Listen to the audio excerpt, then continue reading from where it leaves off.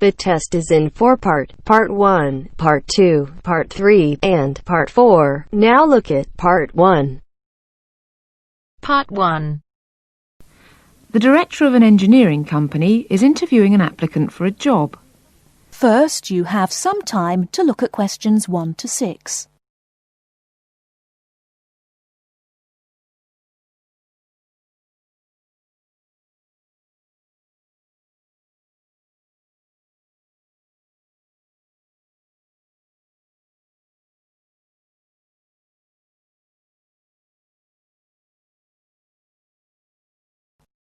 Now we shall begin.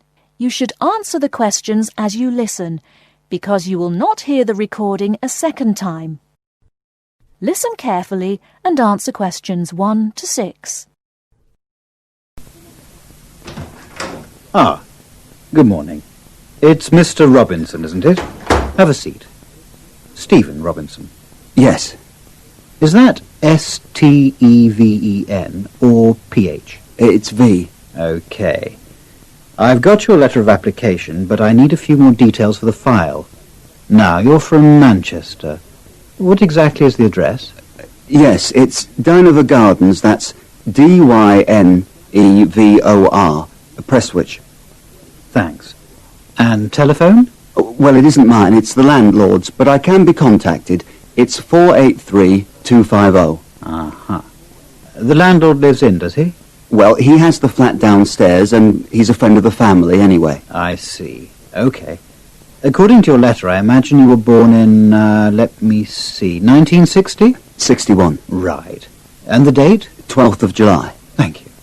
And I believe you're married. No, I'm getting married, but not for a few months. Oh, sorry. Well, I mean, congratulations. Is it going to be in Manchester? Well, no, actually. My fiancée's from Wales, so we're getting married in her home village, near Bangor. Oh, how nice. Now, as you know, when you apply for a post with Williams Engineering, we need to find out a few things about both your academic background and more recent work experience, the latter being especially important in respect of this rather specialised position in the area of water management. First of all, A-levels. Yes, I've got 3. Geography, maths and physics. Geography, maths and physics. OK. Before you hear the rest of the conversation, you have some time to look at questions 7 to 10.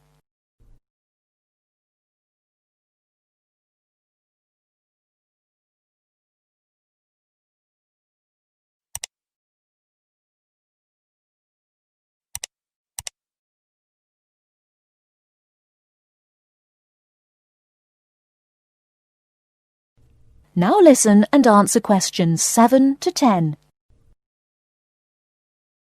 And what about your degree? I went to Sheffield University and got an engineering degree, with water management as my specialisation. Uh-huh. And as for work experience, I started out after graduating in 1986 in China, working for the Chinese government. Did you work as a volunteer? No, I did get a nominal salary. It was a 2-year irrigation project. That sounds fascinating. How did you organise that? You say it wasn't a British company, then? No. My university had links with a Chinese engineering university, so it was organised at that level. And after that? Then I came back, moved to Manchester, and have been working with Latimer Engineering since then. And what exactly are you doing for Latimer? Oh, I'm working in irrigation again, this time as a project research assistant. Great. I've got your details. Now let's move on to a more general discussion about what we're looking for.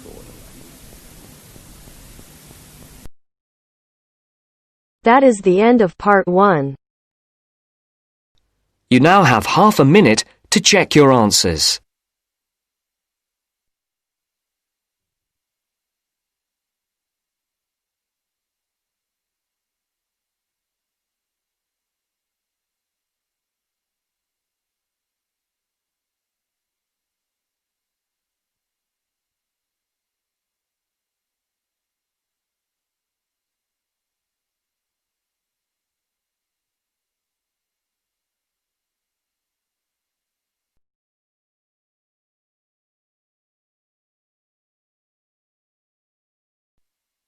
Now turns to Part 2.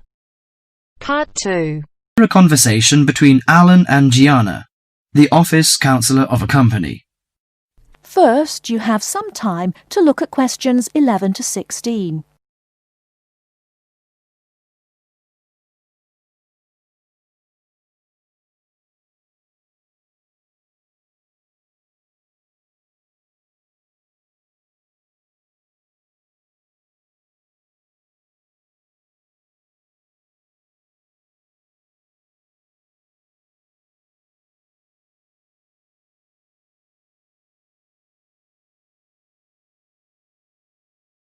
Now, listen carefully and answer questions 11 to 16.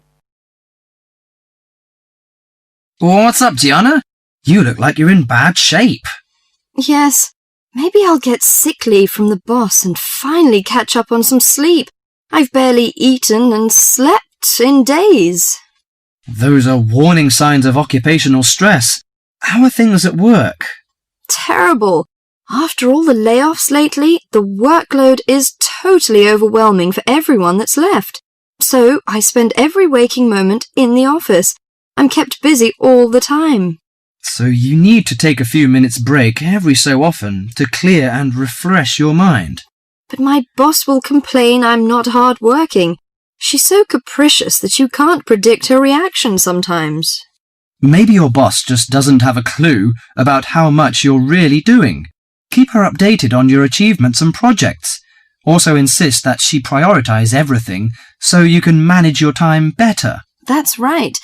I suppose that would help me regain some sense of control, but I'm afraid that she'll take that as a sign of laziness and give me the axe. So take the initiative and hit the job hunting trail now. You'll be surprised at how many opportunities are out there. That's encouraging. Anyway, you should cheer up and get rid of the situation. You know, according to a survey, about 40% of all people find their work very stressful, and 25% develop mental or physical diseases.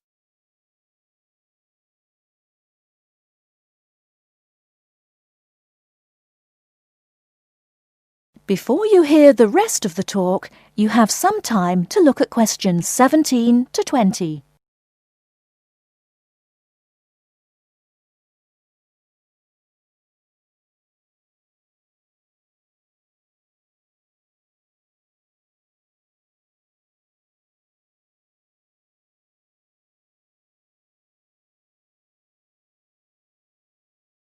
Now listen and answer questions 17 to 20.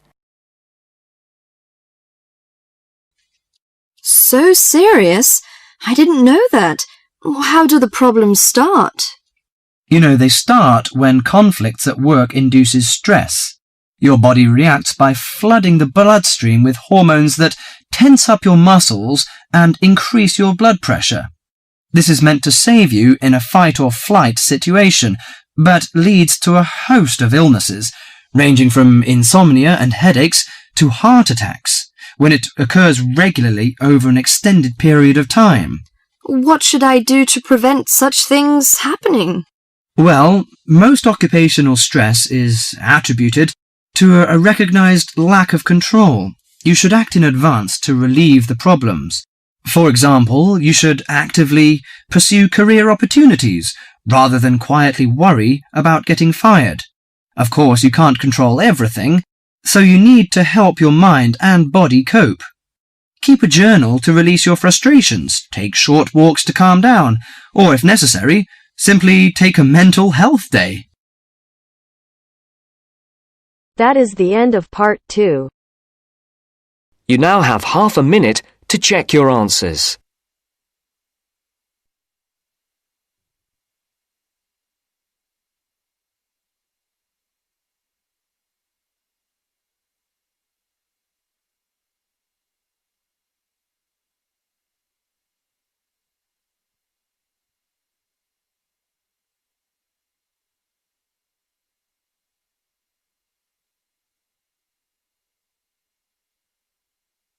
Now turns to part 3.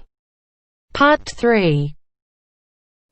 You will hear two students, Sharon and Zhao Li, talking to their tutor about a presentation they gave the previous week. First, you have some time to look at questions 21 to 23.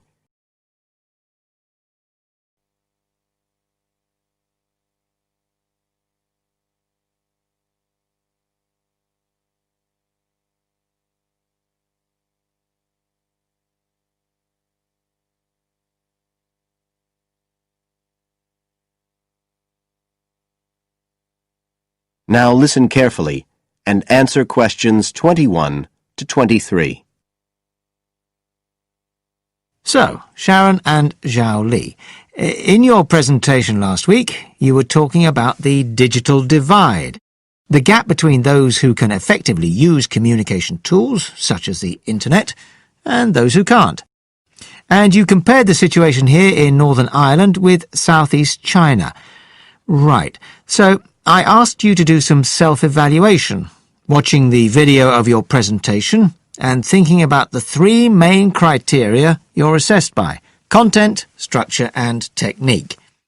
What do you think was the strongest feature of the presentation when you watched it? Sharon? Well, I was surprised actually, because I felt quite nervous.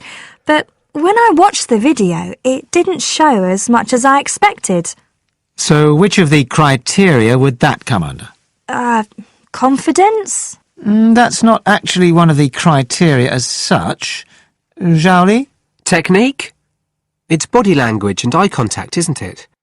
Well, I didn't think I looked all that confident, but I think that our technique was generally good, like the way we designed and used the PowerPoint slides. So, you both feel happiest about that side of the presentation? Yeah. OK, now on the negative side, what would you change if you could do it again? Well, at first I'd thought that the introduction was going to be the problem, but actually I think that was OK. We defined our terms and identified key issues. It was more towards the end. The conclusion wasn't too bad, but the problem was the questions. We hadn't really expected there'd be any, so we hadn't thought about them that much. OK, anything else? Well, like Zhao Li says, I thought the conclusion was okay, but when I watched this on the video, I thought the section on solutions seemed rather weak. Can you think why? Well, we explained what people are doing about the digital divide in China and Northern Ireland, but I suppose we didn't really evaluate any of the projects or ideas. It was just a list, and that was what people were asking us about at the end mostly. You now have some time to look at questions 24 to 30.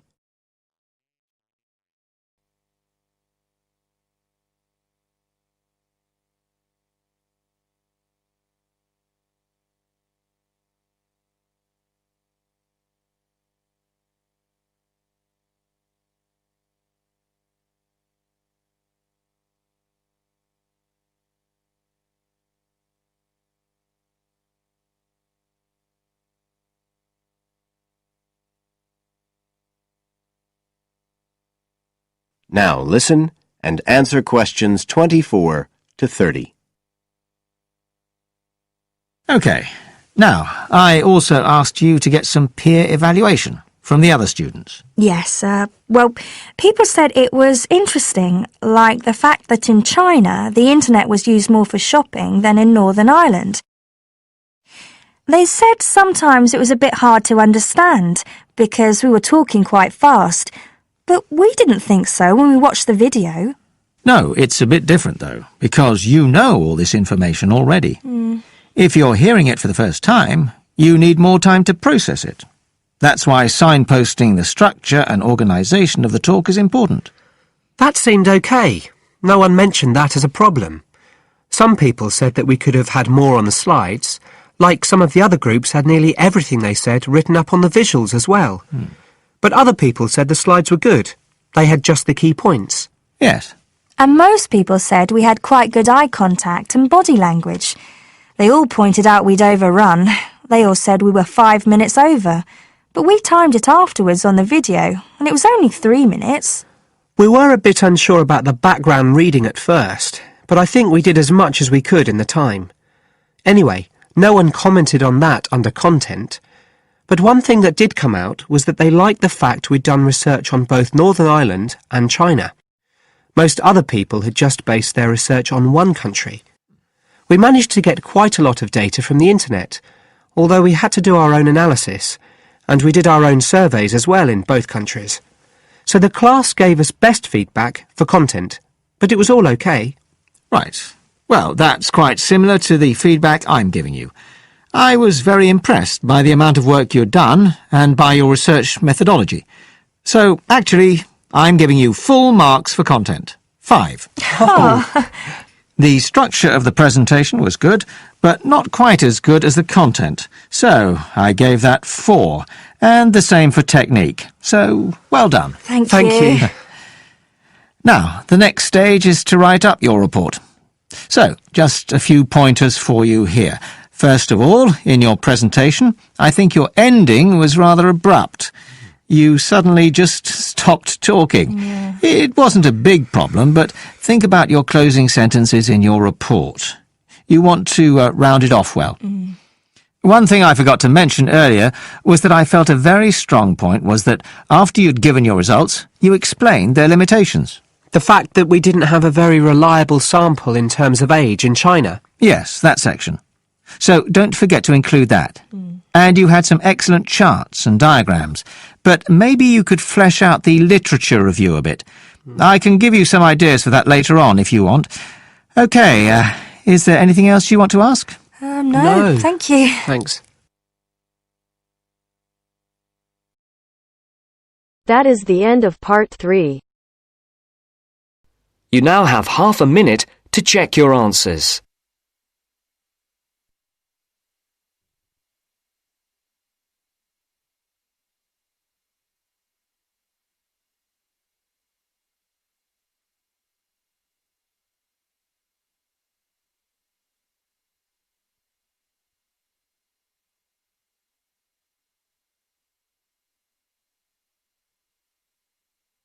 Part 4. Part 4.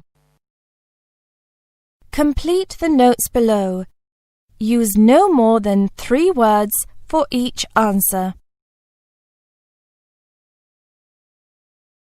First, you have some time to look at questions 31 to 40.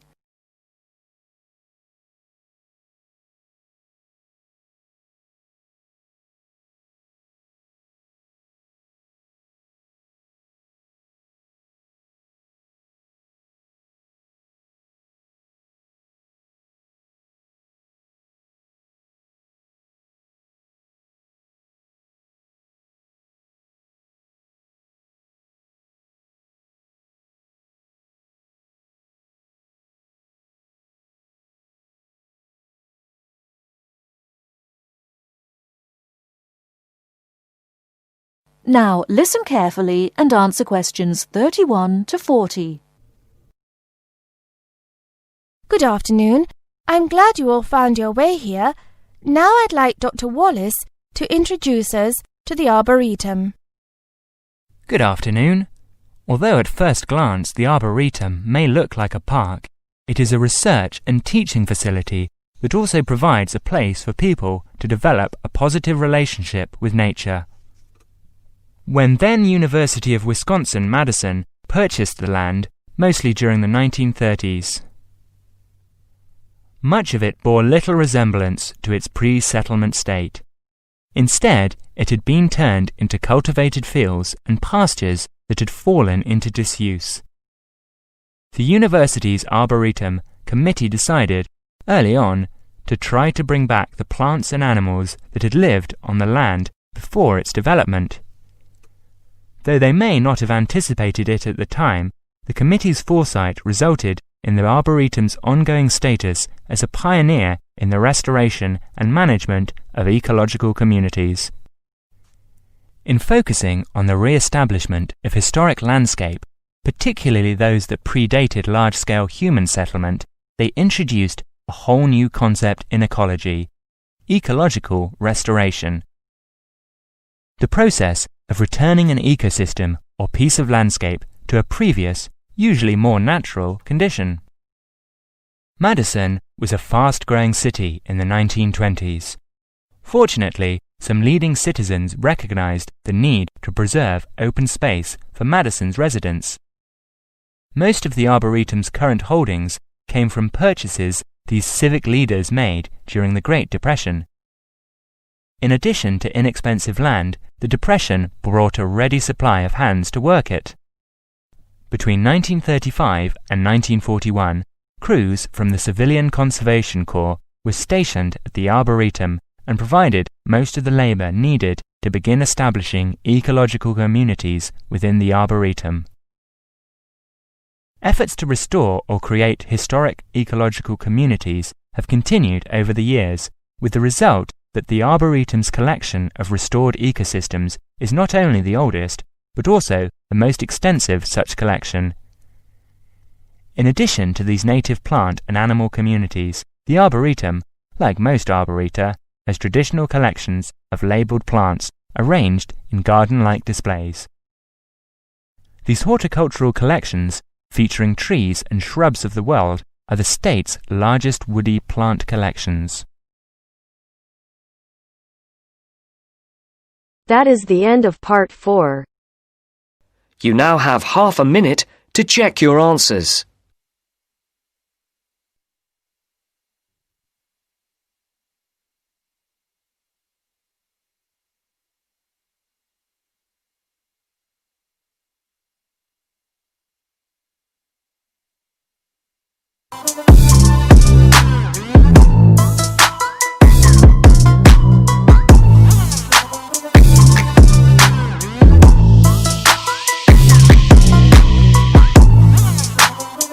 That is the end of the test.